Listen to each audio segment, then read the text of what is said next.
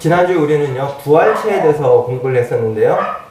다소 좀 어려운 개념이죠. 이 부활체라는 단어 자체가 성경에 나오지 않고 신학적인 용어라서 그렇습니다.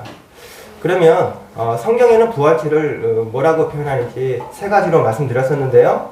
성경에는 부활체를 첫 번째로 영광의 몸이라고 하고 있습니다. 부활한 몸은 예수님의 부활처럼 영광스러운 상태로 변화됨을 뜻하는데요.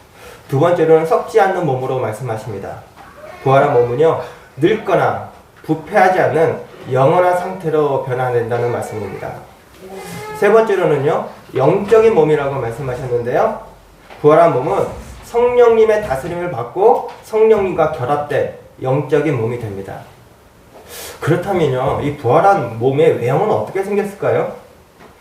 예수님께서 부활하실 때는요, 33살에 완벽한 모습으로 부활하셨습니다. 이것은요, 꼭 33살을 의미하는 게 아니고요, 우리의 나이에서 가장 완벽했던, 건강했던, 아름다웠던 그 모습으로 부활한다고 말씀하신 것입니다. 그리고 성별과 결혼은 어떻게 할까요? 부활 후에는 결혼도 필요 없고 또 성별의 구분도 현재와 많이 다를 것으로 보입니다. 이는 성별 자체가 사라짐을 의미하지 않고요, 다만 거룩한 방식으로 현재의 성별이 유지됨을 말하고 있습니다. 또 인격과 정체성은 어떻게 될까요? 부활 후에도요, 지금의 개인의 인격과 정체성은 여전히 유지되고, 부활하는 우리는 여전히 스스로를 또 인식하고 다른 이도 나를 알아볼 수 있게 됩니다. 결론적으로요, 부활체는 물리적 몸을 가지고 있으면서도요, 또 영적인 특성을 지녀서 시간과 공간의 제약을 뛰어넘게 됩니다. 또 부활체는요, 현재의 몸의 연속 특성에 있지만 또 거룩하고 신령한 몸이 되고요. 마지막 세 번째는요, 부활체는 완전히 변화된 영광스러운 몸으로서 하나님과 영원한 교제를 누리게 될 것입니다. 아멘. 우리 모두 저 천국에서 더 이상 고통과 결함이 없는 신령한 몸이 되어서 하나님과 영원한 사랑과 또 기쁨을 누리시기를 예수님이 축복합니다. 아멘. 오늘은요, 이제 천국 복음 말씀에 거의 후반부로 왔기 때문에 조금 어려운 개념 한번 들어가 보려고 하는데요. 재림과 휴거에 대해서 한번 알아보려고 합니다. 두렵죠? 예수님의 재림과 휴거는요, 동시에 이루어집니다. 동시에. 예수님이 재림이 되면 우리는 공중으로 떠올림 받아서 휴거가 될 것입니다. 그리고 우리 예수님은요, 누구나 알 수 있게 구름 타고 오신다고 하셨거든요. 지금 전 세계에요, 자칭 예수가 120명이 있는데요, 우리나라에만 110명이 있다고 합니다. 그런데 그를 추정하는 사람들이요, 단순 무식한 분들이 아닙니다. 그래서 오늘은요, 간단하게 재림과 휴거, 대환란, 좀 어렵지만 천년설 조금만 말씀드리려고 합니다.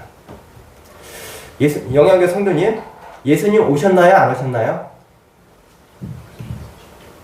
오셨나요? 안 오셨나요? 예, 재림하셨나요? 재림 안 하셨나요?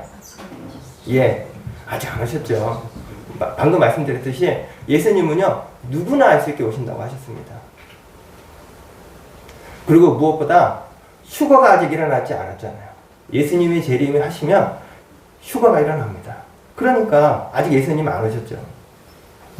그러면 예수님의 재림과 우리들의 휴거는요, 언제 이루어질까요? 조금 두려운 말씀인데요. 대환란, 7년 환란이라고 하죠. 인재앙 7번, 나팔재앙 7번, 그 다음에 대접작 7번.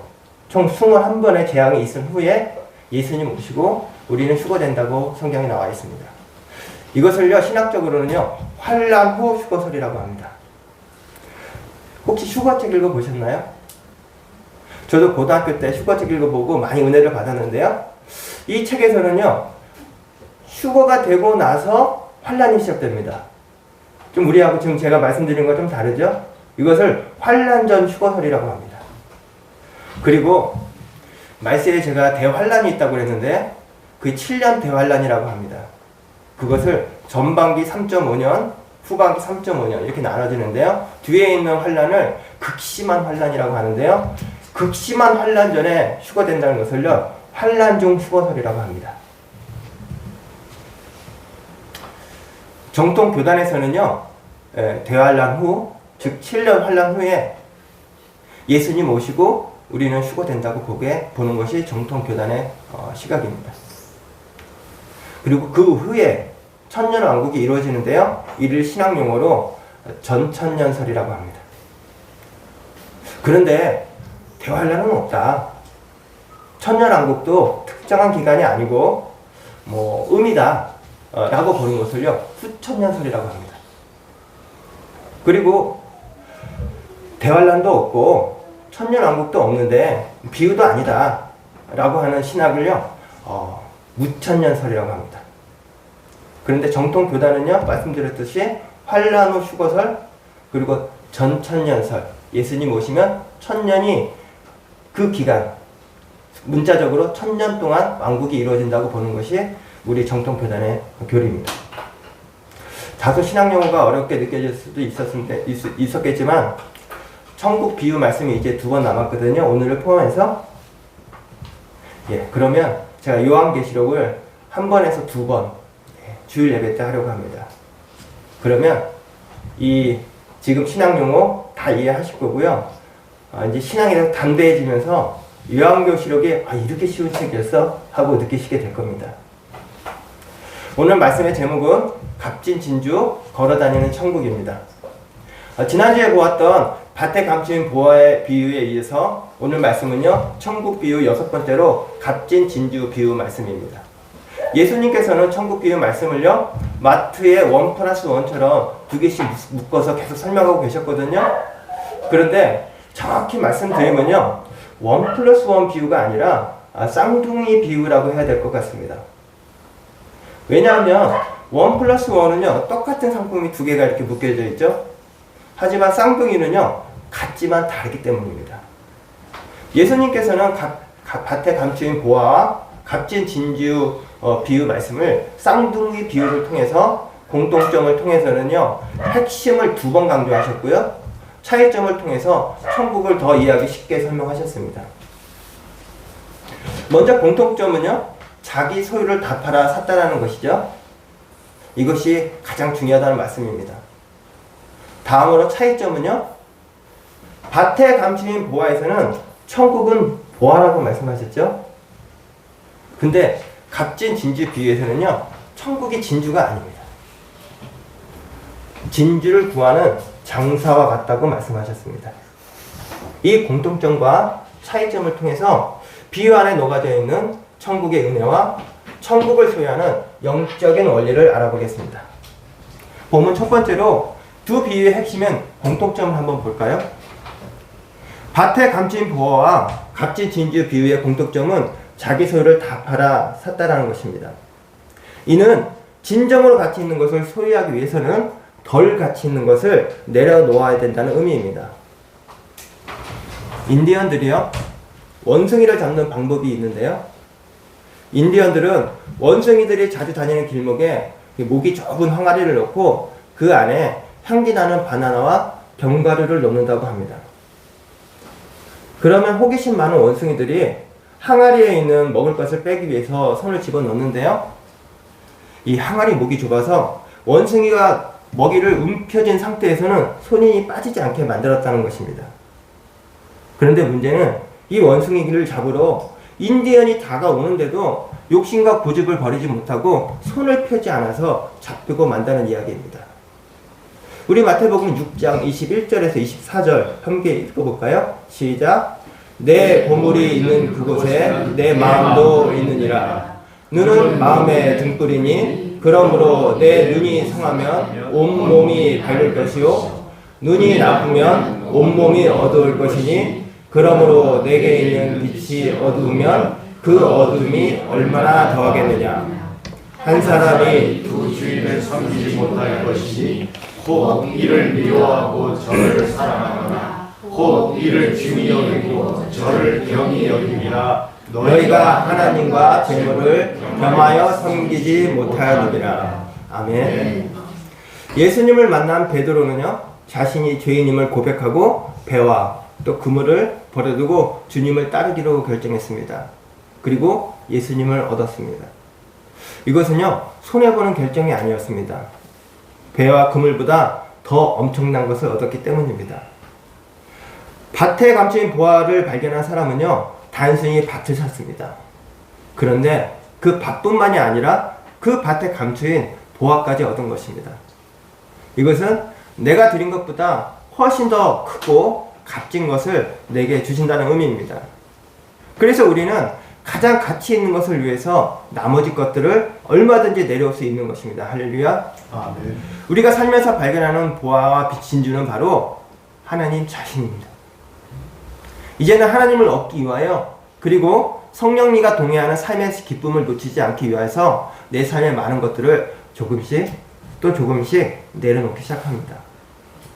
성경은 이것을요, 내려놓음 또는 희생이라고 합니다. 하지만 실제적으로 희생이라고 느껴지지는 않는데요, 도리어 회심의 미소를 짓습니다. 왜냐하면 지금 내게 가장 귀한 것이 들어왔기 때문입니다. 우리 영양교 성도님, 하나님을 소유하시고 주님의 능력을 끊임없이 가져가시는 복된 성도님들 되시기를 예수님을 축복합니다. 아멘. 본문 두 번째로 두 비유의 한번 차이점을 한번 볼까요? 두 비유의 차이점 첫 번째로요, 밭에 감추인 보화 비유는 우연히 발견한 경우라면, 좋은 진주를 구하는 장사 비유는요, 천국을 추구하다가 마침내 얻게 되는 것을 말씀하고 있습니다. 천국은 우연히 주어지는 은혜의 선물처럼 어느 날 갑자기 하나님의 은혜를 깨닫게 되고 그 은혜의 가치를 알게 되는 순간 모든 것을 내어놓고 천국을 추구하게 됩니다. 그런데 또 어떤 성도님들은요, 오랫동안 진리를 찾다가 마침내 참 진리이신 예수님을 발견하고 자신이 가진 모든 것을 팔아 값진 진주를 소유한 분도 계십니다. 마치 우리 시대의 지성, 고 이어령 선생님 같습니다.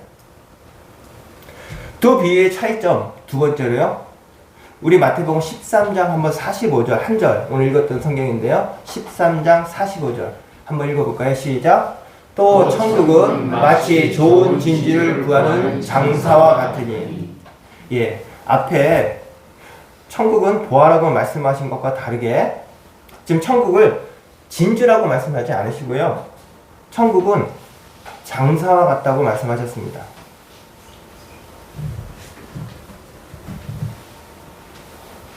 원문에서는요, 장사하니까 어떤 행위 같잖아요. 장사꾼으로 나와 있습니다. 장사꾼이라는 말은요, 안드로포스 엔포로스라는 말인데요, 그러니까 점포를 운영하는 사장님이 아니고요, 말 그대로 딜러, 무역상입니다. 무역상은요, 여기에서 물건을 사서 저기에다가 팔고 이윤을 남깁니다. 그 이윤으로 다시 물건을 또 사고 또 다른 곳에 팔아서 이윤을 남깁니다. 그렇게 돈을 모으는 사람이 바로 무역상이죠. 예수님께서는요, 천국을 사람이라고 말씀하셨습니다. 다시 말씀드려서 우리들이 바로 걸어다니는 천국이라고 말씀하신 것입니다. 할렐루야. 아멘. 천국을요, 장소와 공간으로 보면 예배당이 천국이라고 볼 수 있습니다. 그런데 예배당에 예수님도 안 계시고 사람과 공률도 없고 맨날 싸움만 한다면 지옥과 같았겠죠? 중요한 것은요, 하나님의 통치가 그곳에 이루어져야 하는 것입니다. 따라서 성도님들의 마음에 온전히 하나님의 통치가 이루어지면 그 성도는 바로 걸어다니는 하나님의 나라가 되는 것입니다. 아멘. 우리 영양의 성도님 모두 걸어다니는 하나님 나라 되시기를 예수님 축복합니다. 아멘. 두 비유의 차이점 세 번째로는요, 우리 마태복음 13장 46절인데 한 절 읽어볼까요? 시작. 극히 값진 진주 하나를 발견하매 가서 자기 소유를 다 팔아 그 진주를 사느니라. 아멘. 그런데 천국이라는 장사꾼이요, 자기 소유를 다 팔아 극히 값진 진주 하나를 삽니다. 걸어다니는 하나님의 나라가 된 장사꾼이 그렇게 한다는 말씀인데요, 문제는요, 이 장사꾼 더 이상 장사를 할 수 없게 됐습니다. 왜요? 다른 물건을 살 수 있는 자금도 없고요, 이제 값진 진주를 팔 계획도 없기 때문입니다.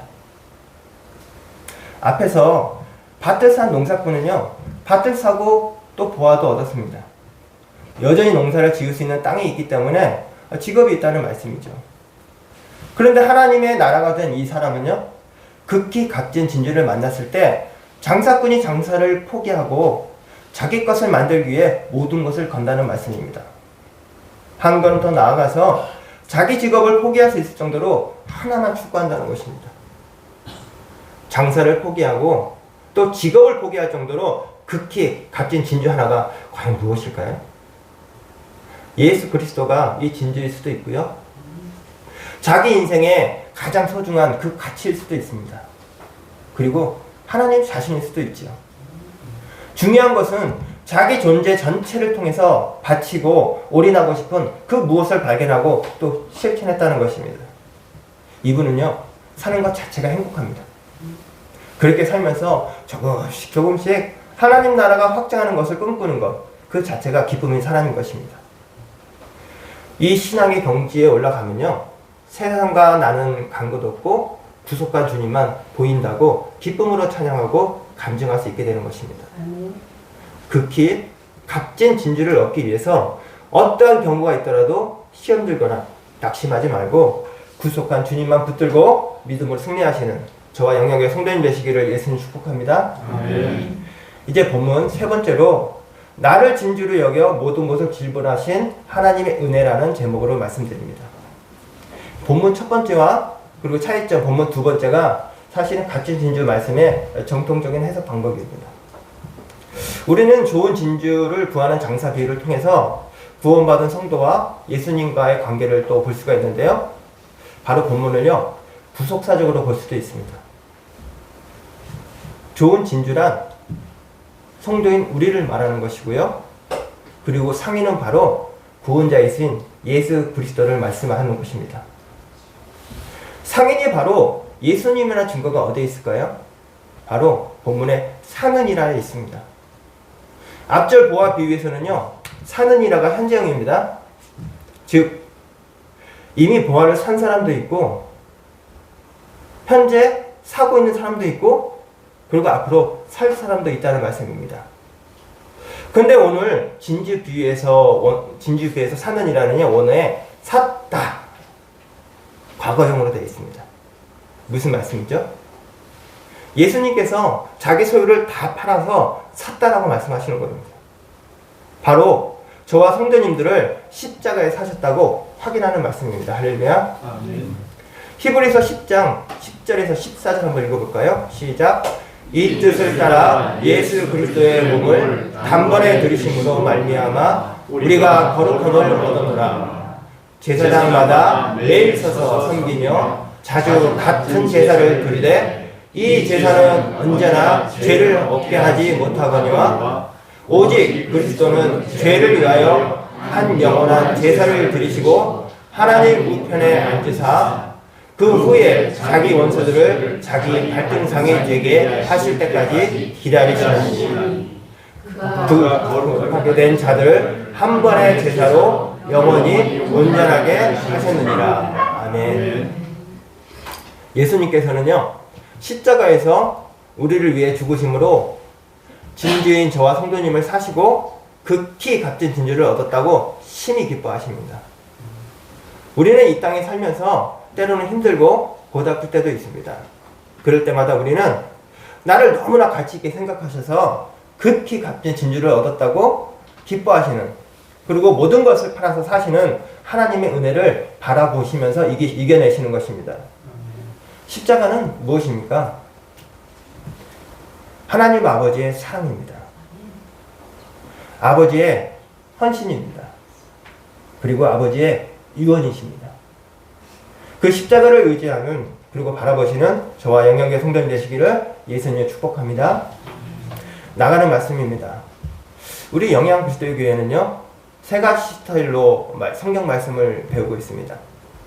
먼저 주일 오후 예배를 통해서 성경 말씀을 시대별, 연대별로 읽으면서 성경을 역사적 그리고 문화적, 사실적으로 공부하고 있습니다.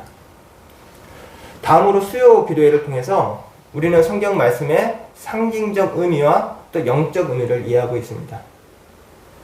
그리고 주일 예배 말씀 나눔을 통해서 성경 말씀을요, 구속자적으로 보면서 예수님의 구원 사역을 지금 깨닫고 있습니다.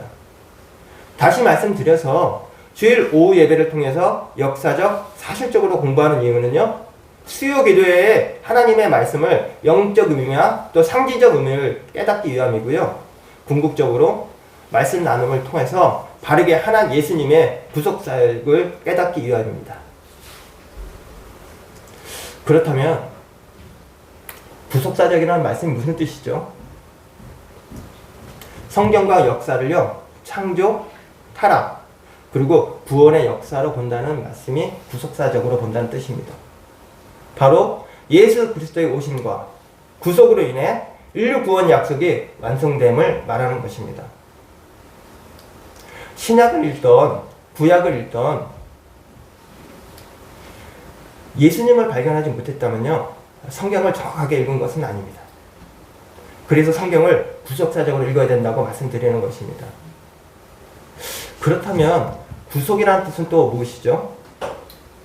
법적인 용어인 구속이라는 말과 비슷해서 오해할 수도 있는데요, 뜻은 완전히 다릅니다. 법정에서의 구속이라는 말은요, 잡을 구, 또 묶을 속 해서 사람을 감금한다는 뜻이죠. 예수님의 구속을 의미하는 한자는요, 구원할 구, 값을 치를 속입니다. 따라서 값을 치르고 구원한다는 뜻입니다.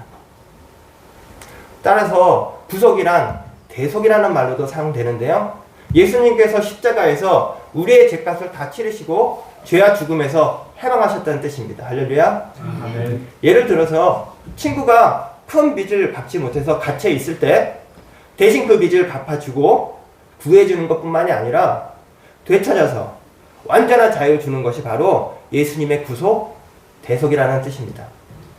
이처럼 죽을 수밖에 없는 나의 죄값을 대신 치르시고 우리를 죄에서 자유롭게 해주신 예수님께 찬양과 영광과 감사를 올립니다. 할렐루야. 아멘.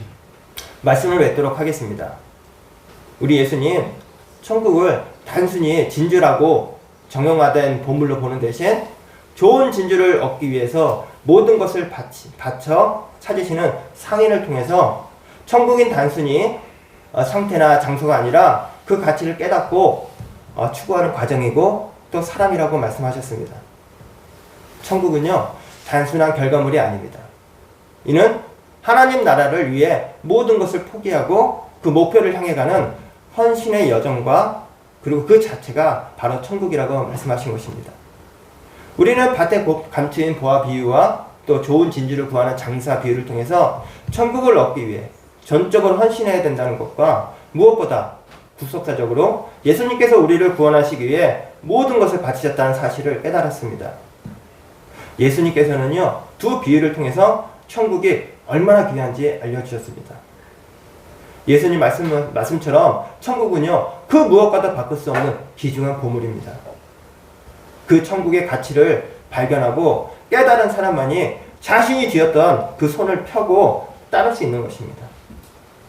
이 한 주도 예수님께서 예수님께서는 우리를 극히 값진 진주로 여기셨다는 것을 가슴에 안고 또 예수님의 사랑에 감사하며 또 천국을 소유하고 또 누리시는 저와 영양교회 성도님 되시기를 예수님이 축복합니다. 아멘. 기도하시겠습니다.